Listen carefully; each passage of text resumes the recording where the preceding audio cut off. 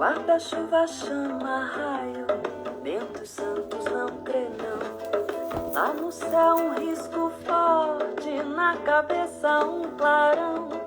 Os bombeiros não encomendaram um caixão, mas chegou dona mocinha e pro povo assim falou: cova funda faz pra eu, a cabeça deixe fora. Quando for de madrugada, o coitado revigora. Vamos dar um tempinho, tá me ouvindo? Tô sim, pai. Vamos dar um tempinho para o pessoal chegar, para compartilharem.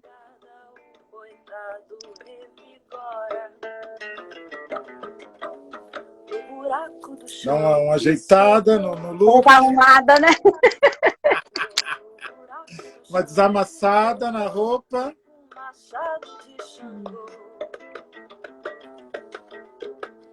Guarda-chuva, chama, raio, ventos santos não crê não. Lá no céu um risco forte, na cabeça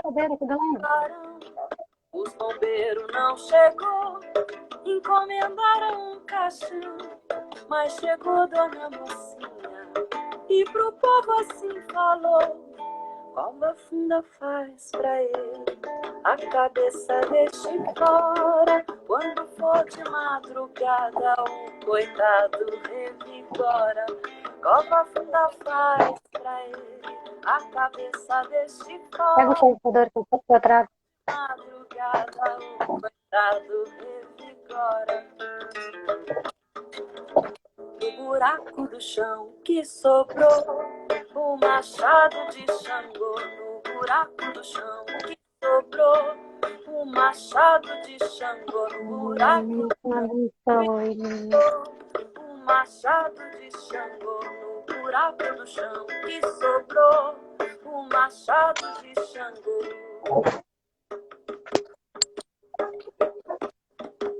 São João Batista Xangô, ele é dono do meu destino até o fim. São João Batista Xangô, ele é dono do meu destino até o fim. Se eu perder a fé no meu Senhor, ele rola a pedreira por cima de mim, ele rola a pedreira por cima de mim, ele rola a pedreira por cima de mim. São João Batista Xangô, ele é dono do meu destino até o fim. São João Batista Xangô, ele é dono do meu destino até o fim. Se eu perder a fé no meu Senhor, ele rola... Boa noite a todas, boa noite a todos, boa noite a todos. Estamos aqui dando continuidade aos nossos 21 dias de lives pelo Dia Nacional de Combate à Intolerância Religiosa, que foi no dia 21 de janeiro, e desde o dia 21 nós estamos fazendo um conjunto de lives pelo Dia Nacional de Combate à Intolerância Religiosa. Num primeiro momento, falamos bastante sobre a intolerância religiosa. Então, nós tivemos um bloco de lives falando sobre os episódios, né, sobre a intolerância religiosa, sobre o racismo religioso. Agora nós já estamos no segundo bloco, porque nós acreditamos, não é, que também é uma forma de combate à intolerância religiosa que nós falemos por nós. Então, é importante que as pessoas conheçam as nossas histórias de babalorixás, de alorixás, de mães de santo, de pais de santo, de tateto, mameto, de doné, não é? Dotés, né? Que também da nação Jeje, madrinhas, padrinhos, não importa, lideranças de terreiro. E hoje nós vamos conversar com duas filhas minhas de Oxum, porque as pessoas elas acreditam que a gente não tem vida, que não pagamos impostos, não é? Que não trabalhamos, não amamos, não temos pai, não temos mãe, não temos a nossa família. Então é importante que a gente fale por nós. Então, hoje eu vou conversar com duas filhas, duas Iaôs de Oxum, Kênia e Grace, ambas são de Oxum, são da Crias, e nós vamos conhecer um pouco a história delas, como é que é a história delas com o candomblé, como é que elas pensavam antes da iniciação, depois da iniciação, como foi essa experiência para elas, enfim. Nós queremos divulgar, né? Nós sabemos, mas nós queremos falar para as pessoas como é que é essa experiência de encontrar o terreiro, de ser Iaô, e que efeitos, né? Que efeitos? Qual é o papel, né? Eu fiz essa pergunta recentemente aqui. Que efeitos que esse reencontro ancestral teve na vida delas?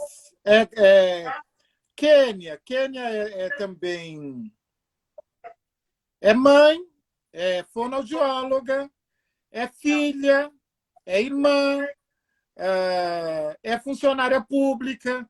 Então, é uma mulher, não é? Quer dizer, que vive a sua vida. É possível também viver a vida normalmente sendo de terreiro? Bom, vamos por partes, então. Primeiro, dá uma introdução da sua história, minha filha. Benção, pai, boa noite. A bênção de todos e todas que estão assistindo. Tô um pouquinho nervosa. Eu sou Kênia, sou fonoaudióloga, mestre em ciências da reabilitação e filha de militantes do movimento negro, né? Embora eu seja filha de militantes do movimento negro, não foi pelo movimento que eu vim para o candomblé, né? Até uma coisa que a gente conversou muito era do quanto o movimento negro e o candomblé ainda sim, tem as suas questões, né? Assim, não se conversam de forma inteira. Então, filha, a minha vida... Tá vazando um som aqui, tá vazando um som. Acho que daí tem alguma coisa ligada? Tem. A Naê tá assistindo a live no computador. Deixa eu pedir para ela desligar. Tá dando Filha, desliga para a mamãe, por favor. Espera só um pouquinho.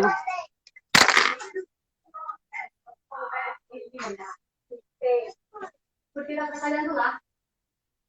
Eu vou parar. Desculpa.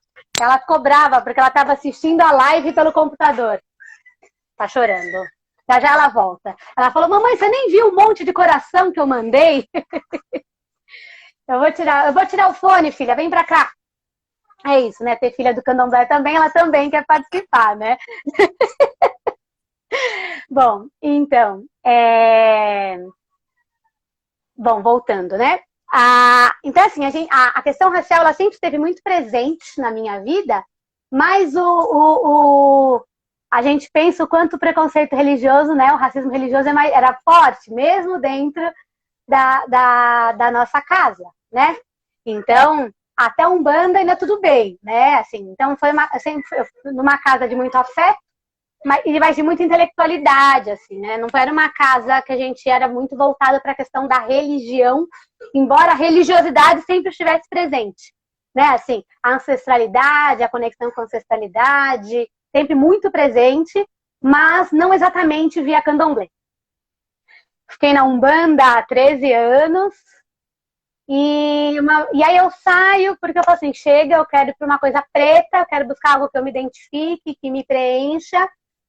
E fui, assim, conheci tem duas irmãs da casa que eram amigas minhas, né? E me chamaram para a jornada de dança. E a partir da jornada de dança, como sempre, a dança, né? A dança, ela está muito presente na minha vida, em termos de processo de cura, em termos de conexão comigo, com o corpo. E aí, a partir da jornada de dança, que lá na casa de Xangô, foi quando eu conheci a casa, assim, né? Mas era muito doido, porque embora a ancestralidade preta e a questão da orixalidade sempre estivesse muito presente, o candomblé sempre não era bem visto na minha cabeça, assim. Eu não conhecia o candomblé como eu conheço, né? Então, eu fui meio ressabiada, chegou lá na jornada de dança, imagina, né? Aquele monte de gente, aquela casa enorme, um monte de gente muito junta, muito unida, uma família gigante, que eu falei assim, gente, o que é isso? Que alegria é essa, né? Eu vinha de um terreiro muito sisudo, assim, né, em que tinha-se a ideia de que para ser sério tinha que ser sisudo, tinha que ser de cara feia, né? E aí eu já cheguei espantada, né? Com aquela casa alegre, com aquele monte de gente feliz, um monte de gente se abraçando, e rindo, e brincando, e cultuando. E a jornada de dança foi simplesmente...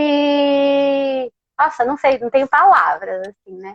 E foi quando eu conheci o senhor lindamente, o senhor nem me conhecia, oh, minha filha, venha cá! E foi acolhendo, e foi trazendo, e foi... E aí e eu falei, nossa, acho que eu vou jogar, né? Eu vou saber mais desse negócio do candomblé, né? Deixa eu ver o que é esse negócio, porque esse negócio não parece aquilo que eu ouvia falar, né? Essa coisa gostosa, essa energia quente, gostosa da troca, não é aquele negócio que eu ouvia falar, né? E foi quando e aí não consegui sair mais, né? Aí joguei o búzios com o senhor falou, não, tem... Só que é isso, né? Assim, uma coisa muito da intelectualidade, que precisa de prova, que precisa de coisa. Eu ficava, não, filha, como o senhor sempre muito tranquilo, né? O senhor não faz pressão. E eu torcendo pro senhor fazer pressão, falar, nossa, tem que vir para casa, tem que entrar na casa. Não, filhinha, é sempre um convite. Quando você se sentir confortável para entrar em casa, você venha. Eu falo assim, ai, gente, mas eu queria que ele me dissesse que eu tinha que ir, pra eu ter um motivo para eu estar lá, né? Porque, por mais que eu quisesse, parecia que tinha... Não, tem que acontecer alguma coisa, aquela coisa, né? Você entrou pelo amor ou pela dor. Não teve jeito. Eu tentei descolar uma dor, mas não tinha. Era só amor. Só amor, só amor. Falei, não, vamos lá, eu vou tentar. Não, tem que ter um motivo, tem que ter um porquê de eu entrar. O meu querer só não era suficiente, né? E o senhor não tinha, o senhor não forçava, né? Ficava tentando do senhor fazer uma pressão, mas o senhor não faz, né? O senhor sempre deixando a gente pensar e refletir, e a gente ser autônomo. Não, filhinha, quando você se nomear minha filha, você já será minha filha. E isso foi muito difícil, assim, porque eu queria muito que o senhor me desse uma forçadinha de barra, né? E não rolou. Eu entrei porque eu quis mesmo, né? E eu me lembro, entrei deixa eu ver se eu... Acho que é importante fortalecer esse ponto, porque eu me lembro que nós marcamos a iniciação. Estávamos nos organizando para a iniciação. Na verdade, eu estava com receio, né? Porque eu estava com vontade de iniciar, mas eu tava aqui, tipo, ai meu Deus, mas não aconteceu nada, eu não estou doente, não tem um sinal do além, não veio uma coisa, né? E aí a gente marcou até de conversar ali naquela padaria, lembra, pai? Ali na Zona Sul, ali na Santa Cruz. E eu ficava tentando falar, mas pai, eu preciso de um motivo. Todo mundo diz que a gente tem que ter um motivo para iniciar. Lembra, pai? Isso, eu me lembro que você queria uma prova, né? Você queria uma prova. Cai um raio na minha cabeça. Eu quero uma prova, né? Para poder ter certeza que que era o momento, né? E como é que foi isso? Como é que você resolveu isso? Ai, pai, aquela conversa que a gente teve foi muito importante, né? Porque a gente fica sempre tentando ou uma prova mágica, gigantesca, imensa, né? Porque era como se, na hora, assim, hoje eu até penso que eu tinha uma coisa de, mas será que eu sou digna? Será que não tem que acontecer um recado para eu poder, alguém dizendo que eu tenho que ir, né? E, assim, a princípio eu até pensei que fosse questionando o Oxum, mas era me questionando. O tempo todo, tipo, mas por quê, assim, né? Será que eu sou boa o suficiente? Será que eu tô... Essa sempre foi uma questão. Tá brava ainda comigo, né? E aí eu fiquei, né? Eu falei, não, tem que ter. E aí a gente saiu de lá e o senhor falou assim, tá, mas por que você precisa ter uma prova? Por que tem que ter um porquê grande? Exato, né? Por que tem que ter uma sineta dizendo, venha, está na hora, né? Por que o só o querer não pode ser suficiente? E a gente falou, não, tá bom, então vamos, né? E essa aqui ainda você assim, gente, mas é só assim? É simples assim? É só falar vamos? Né? Eu ficava querendo, ainda falei assim, não, tem que ter alguma coisa, né? Não é possível.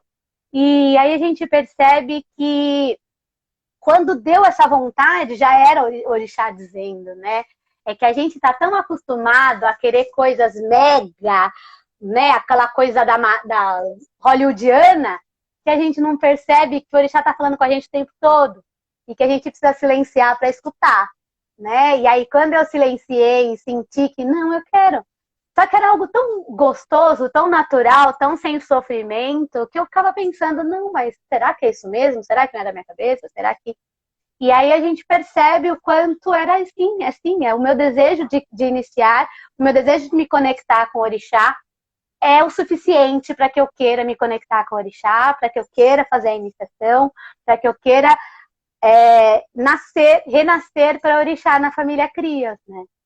Então, é quando a gente tira esse excesso de fantasia, tira esse excesso de peso que é colocado em cima desse processo da iniciação, e que a gente descobre o quanto, quando pulsa dentro da gente, é que está na hora mesmo, e que tudo bem se não aconteceu nada, e que não tem que acontecer nada, né? É muito interessante, né? Quer dizer, veja sempre o quanto nós ficamos vulneráveis em termos discursivos, porque nenhuma outra religião exige provas, não é? Quer dizer, exige o chamado. Basta você querer se converter. Tudo bem, há um discurso lá e você vai sentir Jesus, enfim, há um discurso. Mas nós sabemos que a conversão é totalmente aberta, não é? Que a conversão é aberta. E no nosso caso, no caso de pretos e pretas, é mais do que isso, porque é um retorno à nossa ancestralidade. Então, nós estamos retornando à nossa ancestralidade, não é? E você tem um irmão, né, iniciado também, um irmão de Ogum. Não, é muito pai, mas o que é lindo, né, assim, é que à medida que, depois que eu iniciei, toda a minha família, de alguma forma, se meu pai já conhecia o senhor, né, assim, das questões de movimento negro e tudo mais, mas foi depois da minha iniciação que meu irmão se iniciou em Ogum, numa outra casa, né, na casa que ele já ia há trocentos anos, mas foi depois da minha iniciação que ele se permitiu se iniciar também. Minha mãe começou a se cuidar com o senhor. Meu outro irmão agora entrou como a Biana na nossa casa. A minha irmã, que sempre foi muito... Eu nunca consegui levar minha irmã para nada de nada religioso meu, interno, ou meu, ou das coisas da família. A minha irmã já foi em casa se cuidar, já foi, né? E ela me liga de tempos em tempos. Então, minha prima, né, começou a se cuidar com o senhor também. Então, o que a gente percebe é que, da mesma forma que o candomblé nos valoriza a questão da família, a questão da nossa ancestralidade em vida, né? O quanto a gente é estimulado também a nos reconectar com a nossa família carnal, né? Então, o quanto foi muito mais... Quando a gente foi se aproximando a partir daquilo que eu ia vivenciando aqui, né? E uma das minhas queixas internas, queixas minhas comigo mesma, inclusive de trabalhar em terapia, era esse distanciamento, né? Era do quanto parece que para eu conseguir fazer o meu mestrado, minhas coisas, de uma certa forma, eventualmente, embora a gente sempre fosse muito junto, mas eu percebia momentos de junto, momentos de ilhas, né? E aí eu percebi o quanto a gente se reconectou muito mais, assim, de uma forma muito mais potente em termos de família, né? Então, eu voltar, inclusive, a pedir bênção para minha mãe e para o meu pai, né? Que era algo que a gente fazia quando era criança, mas quando a gente vai passando, vai ficando velho, eu fui deixando. E quando eu fui retomando, o quanto era gostoso para mim pedir bênção para minha mãe e para o meu pai, né? De estar com os meus irmãos, de falar com eles, e quando a gente, por exemplo, voltou a viajar junto, né? Assim, então, do quanto o candomblé me devolveu também a minha família, embora eu não tivesse perdido a minha família, do quanto a gente se fortaleceu na nossa reconexão, assim, sabe? Então, do quanto a magia preta vai transformando a gente, e aqueles que vêm depois e aqueles que vieram antes de nós, assim, né? Do quanto a coisa da continuidade, do ciclo, isso para mim é muito vivo, sabe? E é uma reconexão comigo mesma, porque depois da iniciação eu retomei vários autocuidados que eu não tinha, né? Assim, eu tinha, não, mentira, eu tinha, mas não dessa jeito desse tá agora, assim, né? Retomei a questão de, eu sou gestora, né, na minha unidade, eu sou gerente da unidade, uma unidade de saúde mental, mas eu estava muito distante da fonoaudiologia propriamente dita, né? Eu estava só na gestão e a gestão do serviço público, né? Que a gente sabe os perrengues e o quanto às vezes a gente vai se adoecendo. E quando a gente percebe. E aí, depois da iniciação, foi quando eu comecei a questionar algumas coisas, questionar como eu estava me sentindo apagada, engolida em algumas situações. Eu falei, não, gente, eu preciso. O que me dá potência? A fonoaudiologia. E foi quando eu fiz, finalmente, né, depois de 15 anos de formada, eu resolvi fazer uma outra pós, né? Meu mestrado eu defendi em 2010. Depois eu não tinha. Fiz pós na área de gestão, na área de política pública, né? Mas nessa outra área. Mas eu estava muito distante dessa coisa do cuidado, do estudo da fonoaudiologia mesmo, né? E aí eu resolvi voltar, voltei para o consultório, na verdade. Então, eu trabalho na prefeitura e tenho consultório, parece que é muito, mas é o que me motiva, né? Me dá vida, me dá gás. Eu saio de lá energizada de ter atendido meus pacientes, assim. Então, me retomou a força com o consultório, me retomou estudar, voltar a estudar fono. Então, estou terminando agora uma outra pós, já na área de, voltando para a fonoaudiologia, né? Mas numa área de voz, que é algo que eu sempre quis desde a graduação, mas que para mim estava estava num universo mais distante, sabe, na coisa do inatingível. E aí a gente vai percebendo que o inatingível não é inatingível. O inatingível é inatingível só até a hora que a gente busca, né? E o Candomblé vai te dando força para isso. E ser filha do Senhor na CRIAS não deixa a gente parar. A gente não pode, o que o Senhor fala sempre, né? Ninguém não se produz pegadas deitado na cama. E aí a gente percebe isso, assim, que tipo, eu tenho que ir atrás, eu tenho que fazer. E aí eu lembro da minha avó. Minha avó falava isso também. Você já é preta, o mundo já vai ser mais difícil, então tem que correr, tem que batalhar, tem que lutar, tem que... E aí você vai vendo o quanto o discurso está sempre aí. Esse incentivo a sair da inércia, a sair do comodismo, a cuidar da cabeça, a cuidar de e ir em frente, o quanto ele vai nos motivando para a vida, né? Assim. E não à toa eu busquei não só a minha iniciação, como a da Nana também. Né? É isso que eu ia perguntar. E aí, como foi esse processo de também inserir, não é? Quer dizer, uma criança, né? No candomblé, como é que foi na família? Como é que foi com o pai? Como é que foi isso? Vem cá pedir a benção, Fifa. Ela tá aqui sentada no chão, comendo salgadinho. Levanta aqui, Fifa. Tá bom, daqui a pouco ela levanta. Então, assim, eu tava recém-separada, né? E aí esse é um outro capítulo, inclusive, né? Da gente pensar o quanto vai ficando a nossa vida aquilo que tem que ficar e que tá tudo bem, né? E a gente aprende a lidar com isso e aprende a se fortalecer nesses processos. E foi muito louco, assim, porque eu tava receosa com esse novo contexto de vida, né? Que era eu e ela. E o pai dela era muito parceiro, né? Assim, a gente tinha E aí eu fiquei pensando, como é que eu vou administrar isso tudo sozinha? E aquela insegurança, achando que não ia dar conta. Foi bem perto da eleição, foi no processo de eleição do Bolsonaro, do Demo, né? Daquele que nós não mencionamos. E aí eu fiquei pensando, gente, eu acho que eu quero um reforço. Eu quero E, ao mesmo tempo, eu fiquei pensando, gente, a iniciação me fez tão bem. A iniciação me renovou tanto, me fortaleceu tanto. Eu acho que pode ser por meio da iniciação que eu vou ter o apoio que eu vou precisar nesse momento, né? E a força. E eu conversava muito com a Anaí, porque a Anaí, ela ia comigo, né? Ela vai comigo. Todos os finais de semana que ela estava comigo, ela ia comigo pro terreiro. E ela adora ir pro terreiro, né? Inclusive, quando ia só pra função, ela ia pra ficar correndo no terreiro e batia a cabeça junto. Todo o meu quelê, ela queria ficar na esteira ali junto comigo. Então, todas as minhas rezas, ela já sabia as rezas antes de recolher. Ela já sabia as rezas todas, porque ela fazia junto comigo no meu quelê, né? Então, ela estava muito presente, o candomblé estava muito presente na vida dela. Mas ainda assim, ainda fica aquela coisa de, é que dúvida, eu só tinha só do sentido de, mas o que será que vai ser importante? Mas tinha algo que me dizia internamente, me fez tão bem, por que eu não vou buscar isso para ela? Né?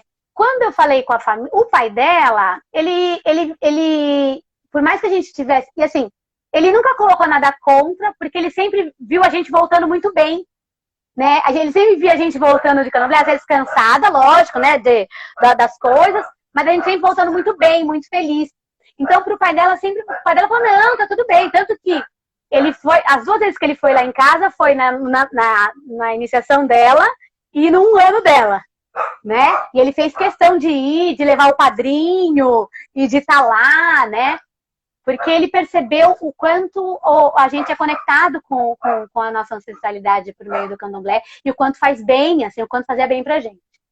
Pra minha família, eu acho que eles também, eu acho que foi a mesma coisa, porque eu tava tão inteira, eu tava tão plena, assim, eu tava tão feliz, porque o aniversário dela foi em outubro e ela iniciou em dezembro. Então, a família me viu logo depois do Quelê, me viu incrível, radiante, maravilhosa. Então, assim, isso foi muito natural também, porque a família via como, nossa, vai ficar maravilhosa igual.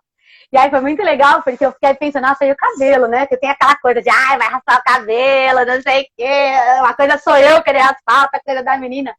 Mas o orixá é tão maravilhoso que a gente iniciou no ano do Pantera Negra, né? E a ídola da Naê no Pantera Negra era a General. E a General era careca. E ela queria, e desde o aniversário dela ela já falava, mamãe, eu quero raspar a cabeça igual a General do Pantera Negra. Mamãe, eu posso raspar a cabeça igual a da General? Mamãe, eu quero raspar a cabeça igual a da General. Quero ficar careca igual a da General. E eu falei, filhinha, vamos ver, né?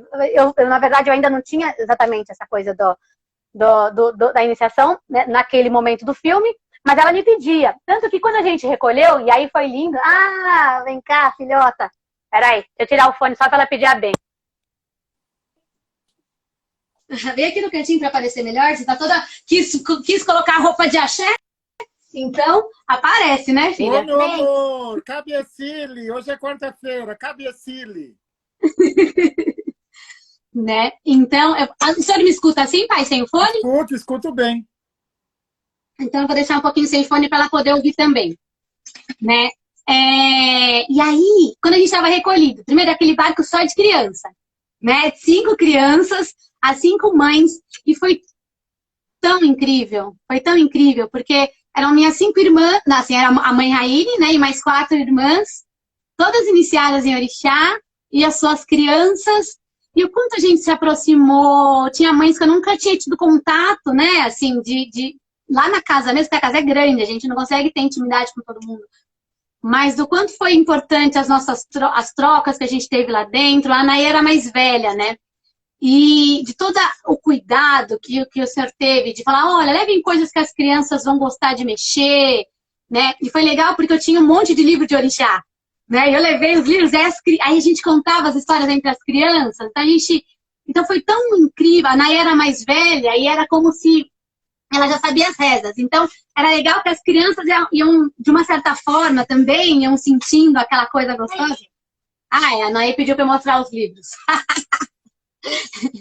Né? Então, e aí a iniciação delas foi linda. E ela ficava, mamãe, agora já é minha vez de raspar a cabeça? Mamãe, agora já sou eu que vou ficar careca? Mamãe, agora já sou eu, porque eu quero ficar igual a General do Pantera Negra. Então, a hora que ela raspou, ela, eu sou a General, né? Então, nossa Xangô renasceu feliz da vida por estar primeiro com as crianças, e com a gente, assim, acho que foi uma vivência bem potente em termos de união da gente mesmo. Tanto que hoje em dia eu vou rezar alguma coisa, ou esses dias mesmo, né, filha? Eu tava rezando, ela acordou no meio da minha reza, daqui a pouco ela pulou na esteira ali do meu lado e já começou a rezar também. Eu falei, aí quando eu acabei, ela falou assim, você viu, mamãe, que quando eu abri o olho, você tava aí, eu já vim correndo, né? E aí a gente vai vendo o quanto não precisa forçar, né? Quando a criança vê que a gente tá fazendo com amor, a criança tá junto, né? E aí não tem esse negócio. Há muito, né? Um medo dos pais, há muito medo dos pais de iniciar as crianças, né? Eu vou aproveitar porque você tem essa experiência, você vive essa experiência, e há muito um medo dos pais do abandono, que a criança, e amanhã, se ela desistir, ela vai ficar grande, E se ela desistir, é um medo realmente para ser levado a sério? Como é que você vive, né? Porque na nossa família, nós levamos o terreiro para casa. Nós temos uma diferença na nossa família.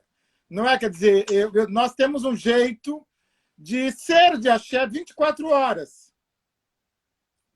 Então, eu acredito que você conta, né? Você vive integralmente como uma mulher de axé, como uma filha de axé, 24 horas aí, na sua casa, não é? Sim. Então, pai, assim, ó, medo dela largar o candomblé eu não tenho. Porque, na verdade, isso não passa, assim, na minha cabeça e nem na dela, porque a gente fala assim, lembra de uma vez que estava chovendo, aí meu sobrinho estava com medo dos trovões, a Né falou, não chora não, é só o trovão do meu Xangô, fica tranquilo, né? Então, o quanto o orixá está muito presente mesmo na nossa vida e nas interpretações. Quando começa a chover, a Né já fala, epa, rei! Né? Então, é algo que é tão inteiro, tão natural da nossa rotina, tão vívido, né? Que não me passa pela cabeça isso, assim. E aí eu lembro uma vez que o senhor estava falando em algum áudio que o senhor estava dizendo que alguém largou o candomblé, eu não precisei falar nada. Ela falou assim, mamãe, eu nunca vou largar o candomblé. Né? Então eu não preciso forçar, eu não preciso pedir, né? Quando eu falo que eu vou... Quando eu falei aquela vez que a gente foi ajudar lá no Pai Edu, falei, ai, filhinha, a mamãe vai lá numa casa antiga. Mamãe, eu posso ir? Depois ela falou, mãe, vamos de novo.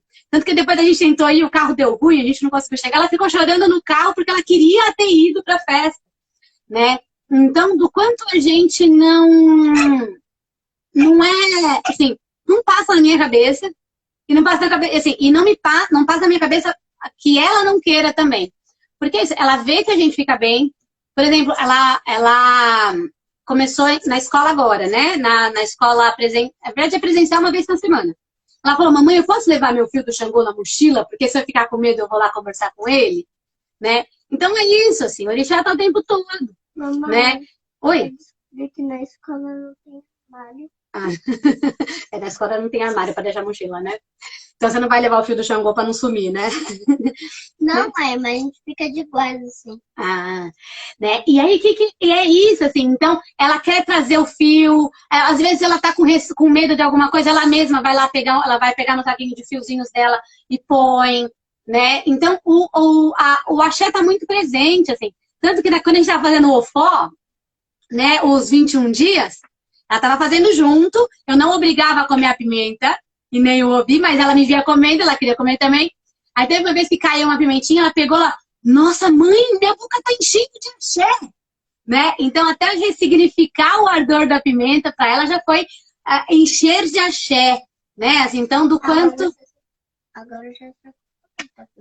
Agora já acostumou com a pimenta, né? E é isso, assim, então na segunda-feira ela já fala, mamãe, a gente vai fazer a pipoca de Obaloaê? Mamãe, a gente já vai fazer a reza do Exu? Eu adoro pipoca de Obaloaê. Adora pipoca de Obaloaê, né? Então, e é isso. Então ela fala, mamãe, que dia é hoje? Aí eu falo, segunda-feira, dia de que orixá? Mamãe, e aí todos os dias ela me pergunta que dia da semana que é e o dia do orixá. Então, e aí vê livro de orixá na loja, mamãe, olha! E aí a gente compra. Então, ela tá o tempo todo, quando vê videozinho no YouTube, ela mesma procura orixá para criança, né? Ela não sabe escrever ainda, né? As rezas, né? A gente brinca que quando eu mando as rezas dela refazendo as rezas para o senhor, não sou eu que estou forçando. Ela me vê fazendo, a gente faz todos os dias e ela aprendeu, né? Ela aprendeu rezas aquela de Xangô, né? Do Xangô, eu achei. É o do Mé. Mas é que Aribano Gel, é que Alessi, mas é que a Perdim, mas é que a Ria e Sango, mas é que a Ararani Jobá, mas é que a Rie Jo, mas é que a Rija Reo, mas é que a Rija Champona, mas é que Odo, o Bel Aló, mas é que Aku e Cuina. Tutuni que ode, que a mãe, mas é que o e cautela, bani segundo tal, bamio, omomi, Maja Kiari Fie Saci, Maja Kim Soró, Fie Nuko, Axé, Cabecioba, Cabecioba. E é isso, assim, não fui eu que forcei ela a fazer. Que coisa linda! A que coisa Japaeró, linda. a Japaeró. Né? Então é isso, e ela aprendeu, porque para ela era importante, assim, de manhã ela escolhe qual a reza de Xangô que ela quer fazer, se ela quer fazer um Adura, ou se ela quer fazer um Oriki. Então, é isso, não somos nós, assim, não é forçado, ela vive isso no dia a dia, então, eu não sei se ela sairia, não passa pra minha cabeça esse medo, eu não tenho não. Não vou falar. Como que vocês Desculpa, pai, estão lidando já temos nos minutos finais. Como é que ficou essa história na pandemia, né? Esse afastamento do terreiro? Como é que vocês estão lidando, né, com a ausência do terreiro? Como que a gente está lidando com a ausência do terreiro? É que a gente faz tanto axé em casa, pai, a gente reza tanto, que lógico que a gente tá com saudade, né? Tanto que eu coloquei, quando eu falei da roupa de axé, ainda pensei, é só da cintura pra cima, mas eu tava com tanta saudade que eu coloquei saia, coloquei calçolão, coloquei tudo. Colocou, né? Porque a gente tá com saudade, né? Mas a gente tá tão presente, acompanhando nas lives, acompanhando nas vivências, acompanhando as rezas, os processos, que é como se o terreiro estivesse o tempo todo dentro da gente. E ele tá, né? O terreiro tá dentro da gente, o axé tá dentro da gente, né? O axé tá na natureza. Então, essa semana a gente foi para uma cachoeira, ela falou assim, ai, mamãe, a casa da mamãe Oxum, né? Então, a gente foi percebendo, inclusive, o quanto a natureza, a gente não, assim, óbvio que a gente quer o terreiro, que a gente quer o xirê, a gente tá doida para fazer um xirezinho gostoso, mas a gente vai aprendendo que o axé tá o tempo todo, em todo lugar, né? O terreiro na igreja. Então, o axé tá na folha, o axé tá no rio. A gente faz caminhada, quando passa por um riozinho, ou às vezes quando a gente tá no carro mesmo, mamãe, olha o rio de mamãe Oxum. Mamãe, olha a chuva da Oiá. Vê o arco-íris, não pode ver o arco-íris. Fala, ai, mamãe, o Oxumaré do João. Porque nosso sobrinho, o João, meu sobrinho, é de Oxumaré, né? Mamãe, o Oxumaré do João. Então é isso, assim, o orixá tá na nossa vida o tempo todo, né, nega?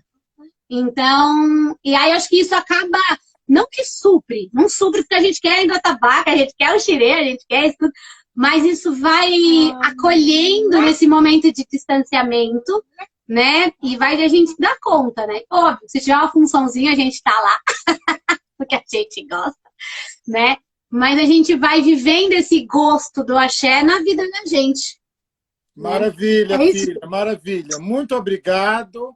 Muito obrigado, adorei a conversa, deliciosa. Que bom que pôde trazer nossa Yaozinha aí também, Xangô. Ela ia pro pai hoje, ela ia pro pai dela, e quando eu falei que eu tinha live, ela não quis. Ela falou, não, eu vou amanhã pra casa do papai, hoje eu quero fazer a live. Cabecile. Beijo, filha. Vou chamar beijo, agora, pai, Graça. obrigada. Beijo. Benção, pai. Xangô abençoe. Vamos continuar agora. Vamos chamar aqui. Vamos chamar minha outra filha de Oxum.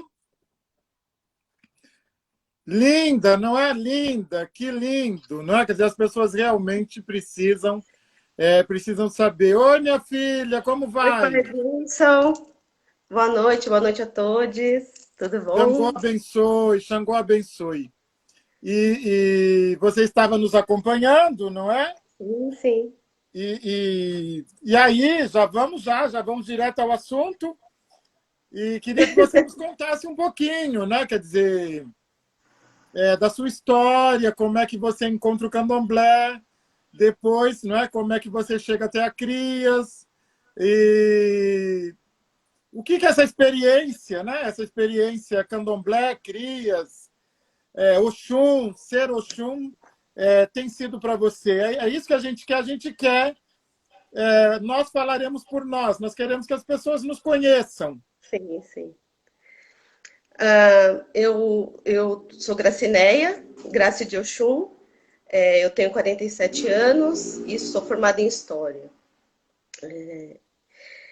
venho de uma família né, de baianos, né?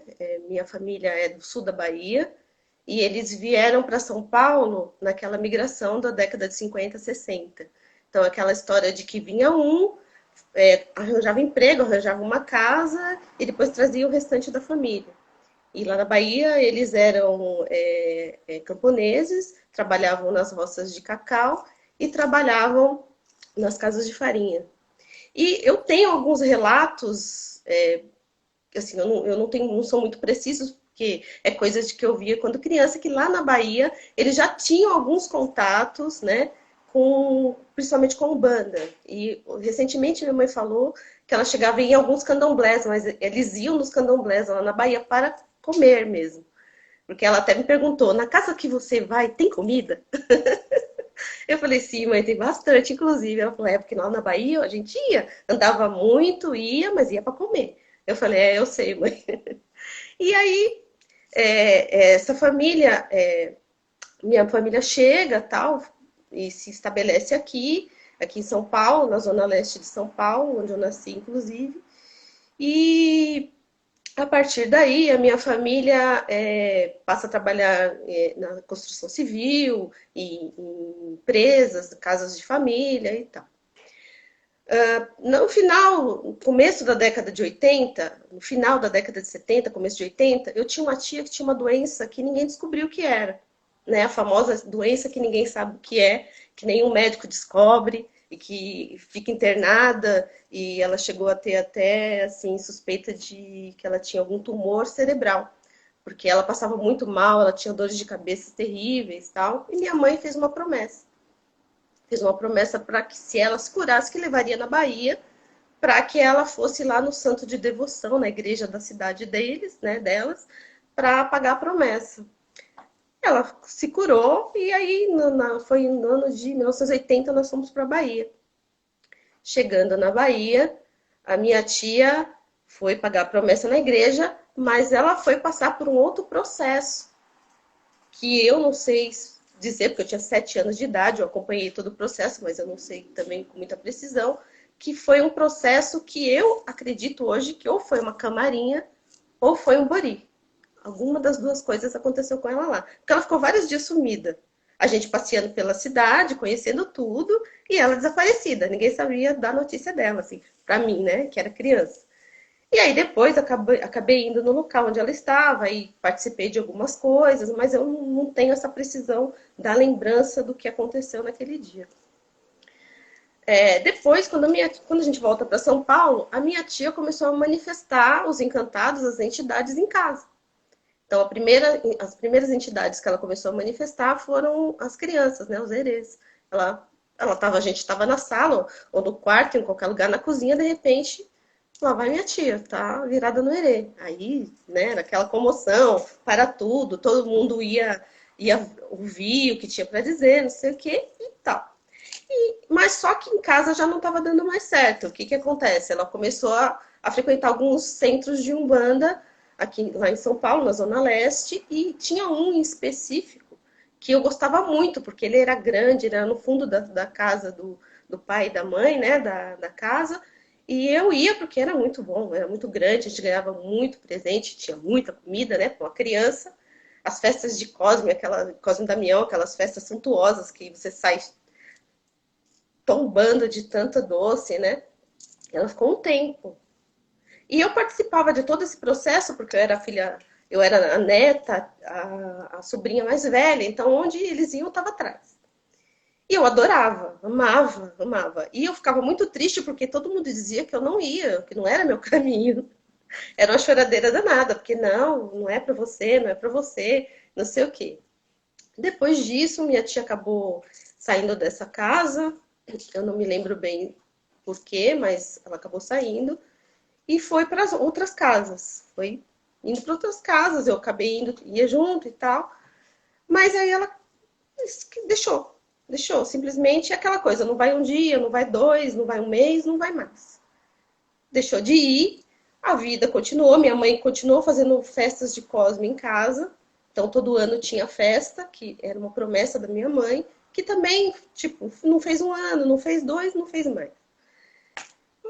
Eu fui para a faculdade, isso a gente já está falando lá do final dos anos 90 e tal. E na faculdade eu me tornei uma pessoa um tanto quanto cética.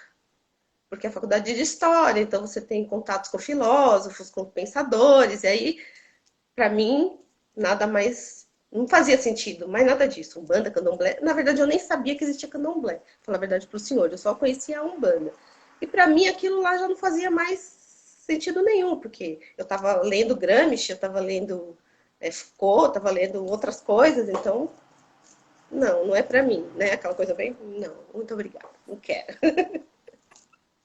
Mas aí passa o tempo, termino a faculdade, vou fazer o que eu tenho que fazer.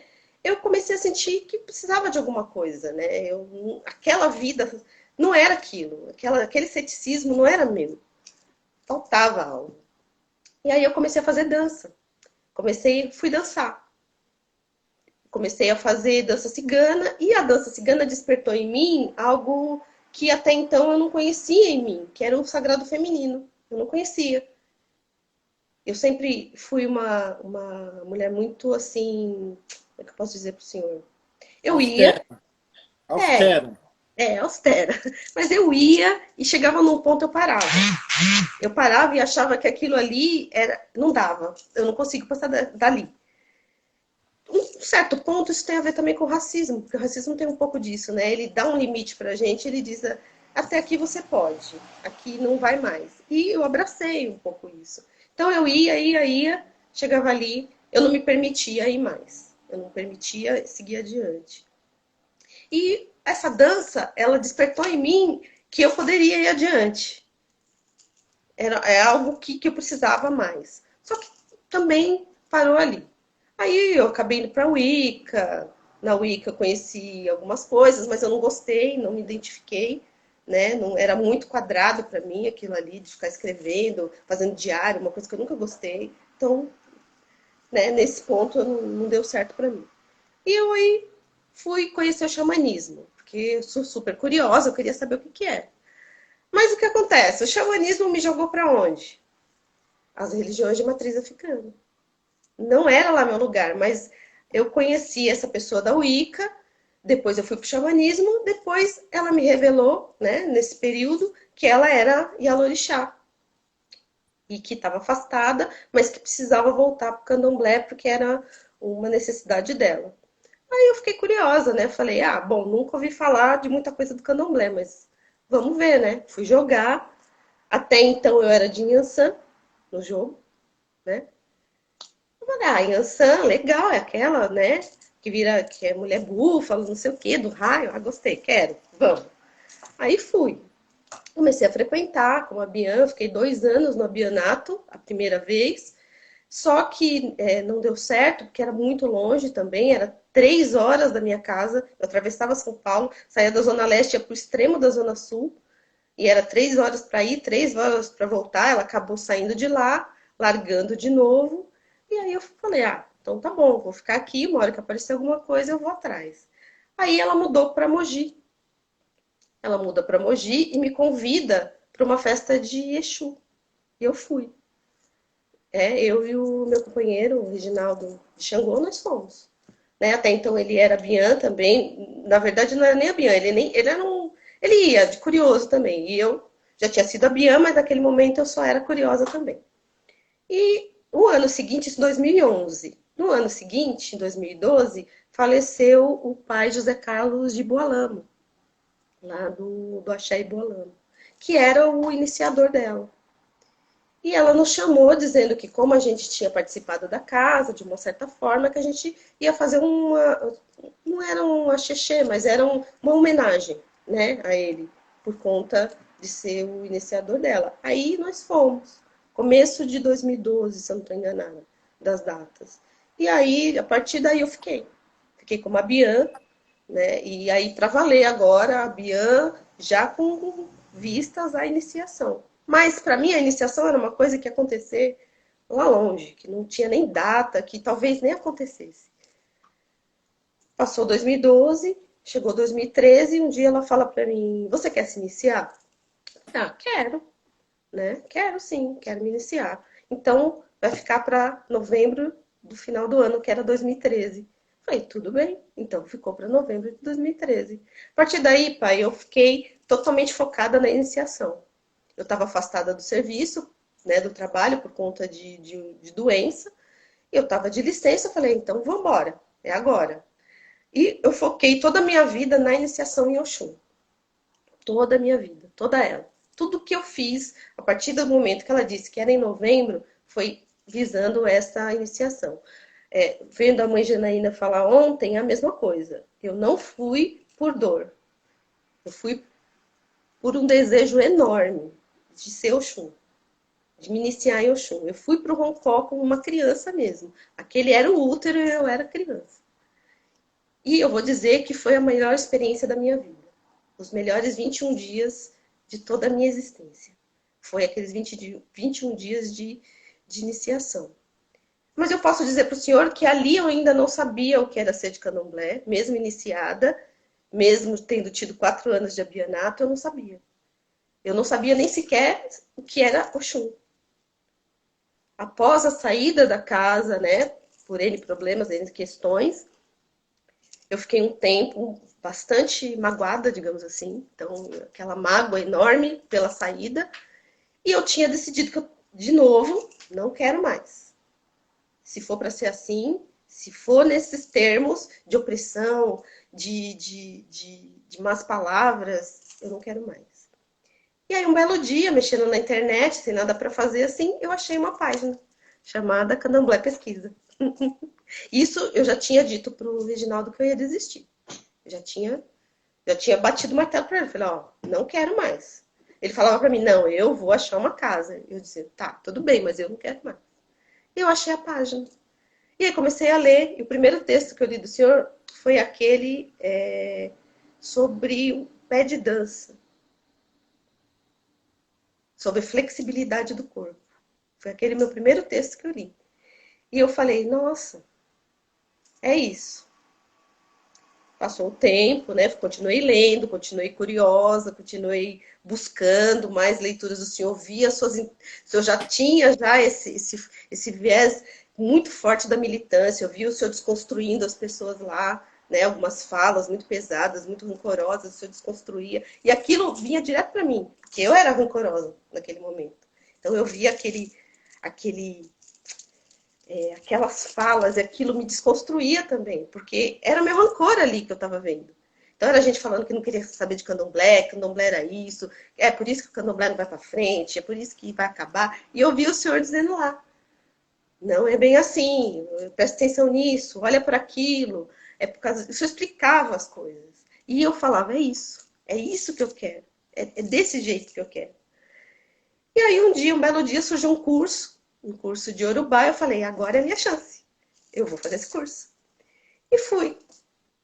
Chegando no local, né, que é na casa de Oxum, da mãe Verinha, né, ali de Santo André, a primeira surpresa é que era uma casa de Oxum, que eu não sabia. Eu me deparei com a casa de Oxum, eu já falei, ixi, é um sinal, vamos aguardar. Entrei na casa, sentei, chega o senhor, né, todo professor até então, não sei o que tal, de Xangô, eu falei, outro sinal. E o curso foi uma coisa maravilhosa, porque o senhor despertava na gente a mesma coisa que estava lá na internet, porque o senhor sabe que muitas vezes as pessoas chegam até o senhor pagando para ver, né? Será que é isso mesmo? Será que isso que ele está falando é isso que ele pratica mesmo? Não vou negar que também fui nessa pegada. E aí, chegando lá, o senhor falando de candomblé, o senhor mostrando, falando muito sobre a casa de Xangô, sobre seus filhos, e era carinhoso, e era de uma forma ampla, né? Não era essa coisa fechada. E aí eu ainda relutando, né? Relutei um pouco, tal, mas aí eu resolvi que eu ia me dar um presente, que era um jogo para o senhor.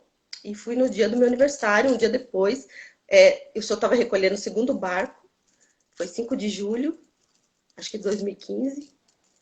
E eu cheguei lá, dei de cara com a mãe sua, Helena, que me recebeu maravilhosamente bem, já me deu aquela destravada, né, que eu tava travadona e tal. Chegando no jogo, era só uma pergunta que eu tinha. E aquela pergunta que eu fiz pro senhor, o senhor me respondeu logo de cara. Quando o senhor fez isso, eu falei, achei, é aqui. E Aí fiquei, né? Falei, agora eu vou ficar, o senhor me aceitou, chegou, me aceitou, foi tudo lindo, maravilhoso. E voltei no ano 2016 para fazer da minha obrigação de um ano, que estava atrasada, inclusive. E de lá para cá, na casa de Xangô, eu tenho me tornado Oxum. Já fomos para 5 anos, né? Eu estou na casa de Xangô. E Oxum tem sido uma revolução dentro de mim. Porque aquela mulher austera, aquela mulher que não dava um passo para além daquele limite que se colocava, não existe mais. Eu sei da minha capacidade de dar esse passo e eu dou. Outro dia eu estava vendo um post do senhor que é, mesmo com medo, vai com medo. É isso que eu tenho feito, eu estou indo com medo. E não é mais também aquele medo que eu tinha antes, que era um medo total de tudo, tinha medo de tudo. Eu não tenho mais, eu sou capaz de fazer as coisas e me colocar nessa posição de líder do que eu estou fazendo, ainda que eu não seja. Você veio, minha filha, você veio de uma casa pequena, não é? De uma casa pequena, Sim. uma casa em que a relação era muito próxima, né? Entre a sua iniciadora e os filhos, porque era uma casa pequena. Uhum. E nós temos uma experiência, né, na casa de Xangô, até por conta da natureza dele, né? Nós temos uma casa muito grande, não Sim, é? sim. Com muita gente. Então é uma experiência nova, né? Quer dizer, hoje não é mais, mas era uma experiência nova. Sim. Quando você chega à casa de Xangô, não está tão grande, mas também não é diferente da casa que você tinha. E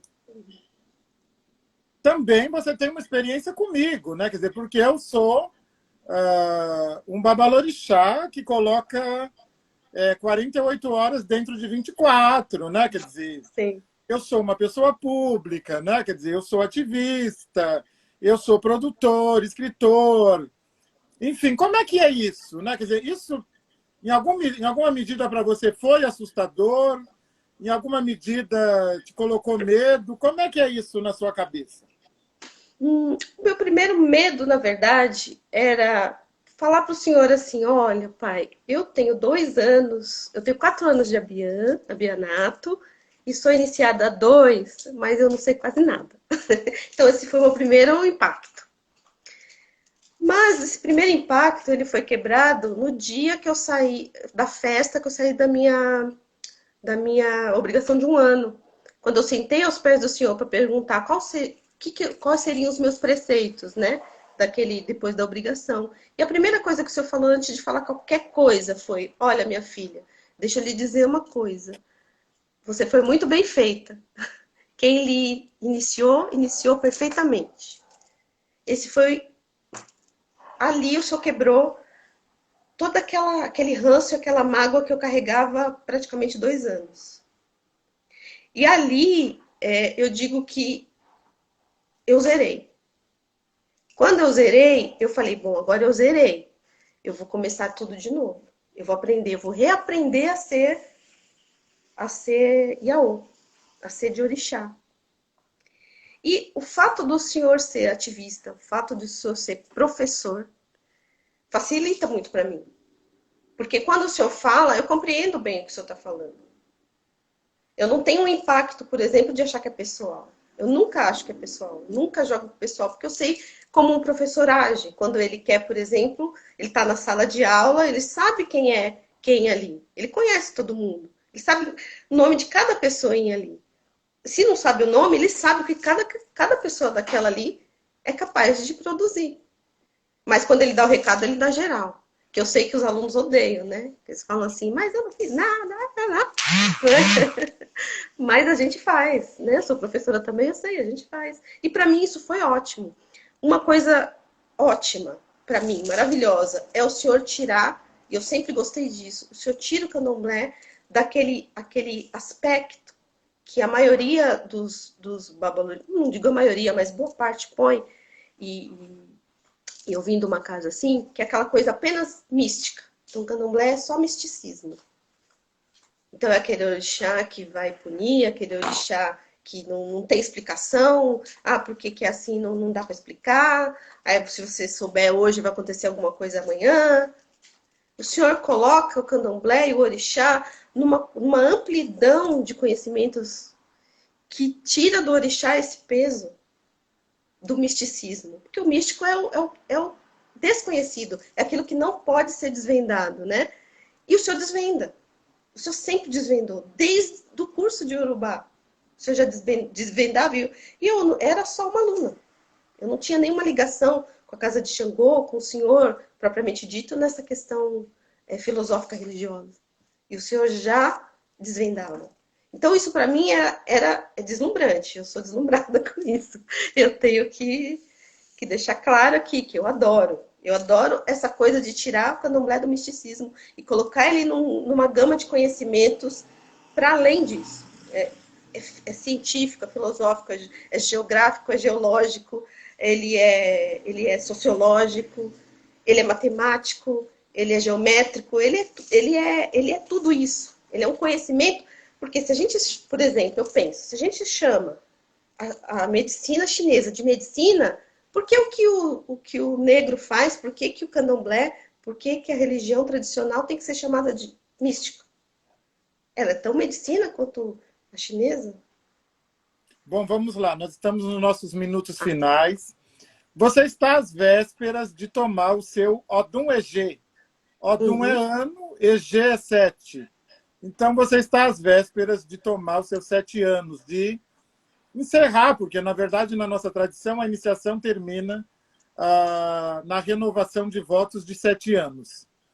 Então, você está às vésperas de tomar os seus 7 anos e né, os orixás disseram, né, que você tem caminho de Alorixá. Não é isso?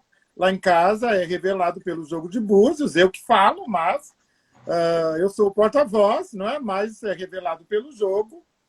Não é regra, né? Quer dizer, as pessoas podem chegar aos 7 anos e ocupar o lugar de Ebom, que é de irmão, irmã mais velha, ou podem ocupar o lugar de Ebom mais o título de Alorixá. Então, você está às vésperas de receber a sua cuia, né? Como nós dizemos, a sua cabaça de Alorixá. Algum dia você se viu nesse lugar? Como é que é isso para você? Jamais. Aquela mulher austera jamais pensaria nisso. Nunca.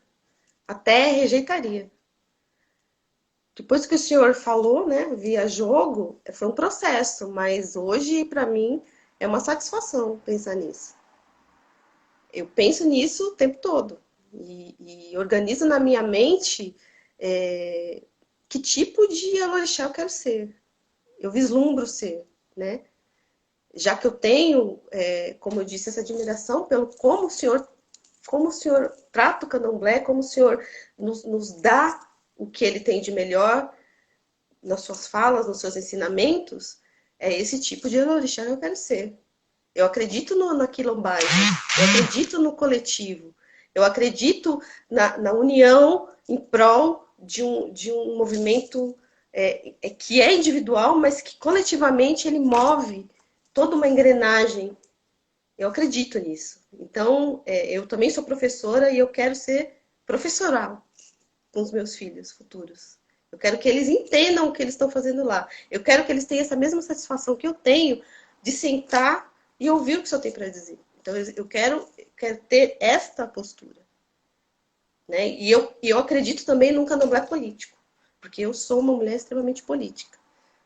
Então, eu pretendo, né, deixar claro para eles que nosso ajuntamento ele é político, porque é uma luta cotidiana e diária contra quem nos quer morto, quer a nossa inexistência.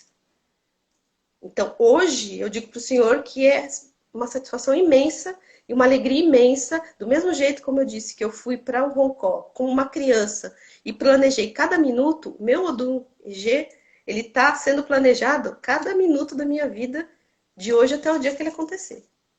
Assim, cada minuto, porque eu acho a importância da gente liderar e da gente agrupar pessoas no sentido de nos fortalecer. E esse é o caminho que eu não vejo outro.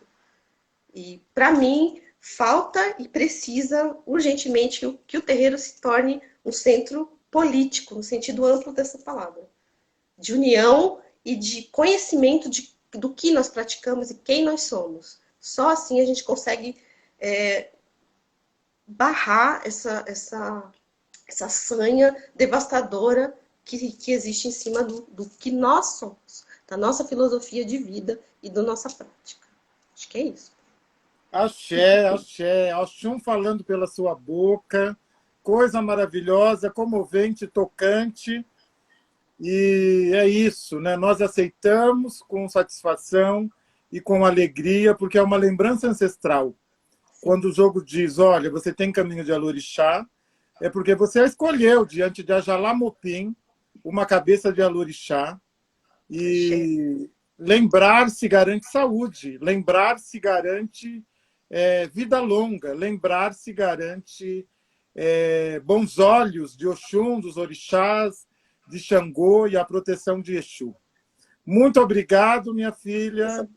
Muito obrigado pela sua contribuição aqui nos nossos 21 dias de live. Vocês também, obrigado a todos e a todas e a todos. Fiquem aí.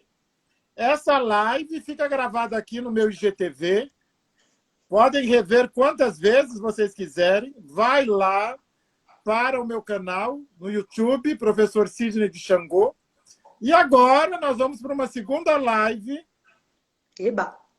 com o neurocientista, professor Babalorixá, Alexandre Teles. Voltem para outra live que vai ser também bombástica. Vamos que vamos. Axé, saúde e vida longa. Beijo a todo mundo.